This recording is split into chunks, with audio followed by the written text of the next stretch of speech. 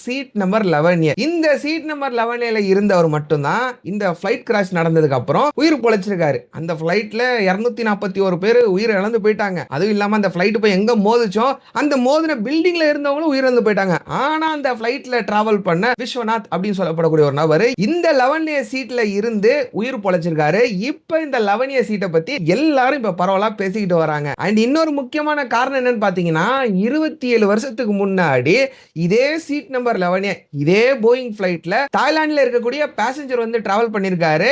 அந்த ஃபிளைட்டும் ஆக்சிடென்ட் ஆயிருக்குது, கிராஷ் ஆயிருக்குது. கிராஷ் ஆனதுக்கு அப்புறம் இந்த சீட் நம்பர் 11Aல இருந்த இந்த நபர் வந்து உயிர் பொழைச்சிருக்காரு. எல்லாரும் என்ன சொல்ல ஆரம்பிச்சிட்டாங்கன்னா, இனிமேல் நம்ம ஏதாச்சும் ஃபிளைட்ல டிராவல் பண்ணதா இருந்துச்சுன்னா இந்த சீட் நம்பர் 11Aல தான் நம்ம புக் பண்ணி டிராவல் பண்ணணும் அப்படின்னு சொல்லிட்டு பல பேர் பல விஷயங்கள் பல கான்ட்ரோவர்சிஸ் வந்து இந்த சீட் நம்பர் 11A பத்தி சோஷியல் மீடியாவில் இருக்கட்டும் இல்ல மக்கள் மத்தியில வந்து இப்போ வந்து சுத்திக்கிட்டு இருக்குது.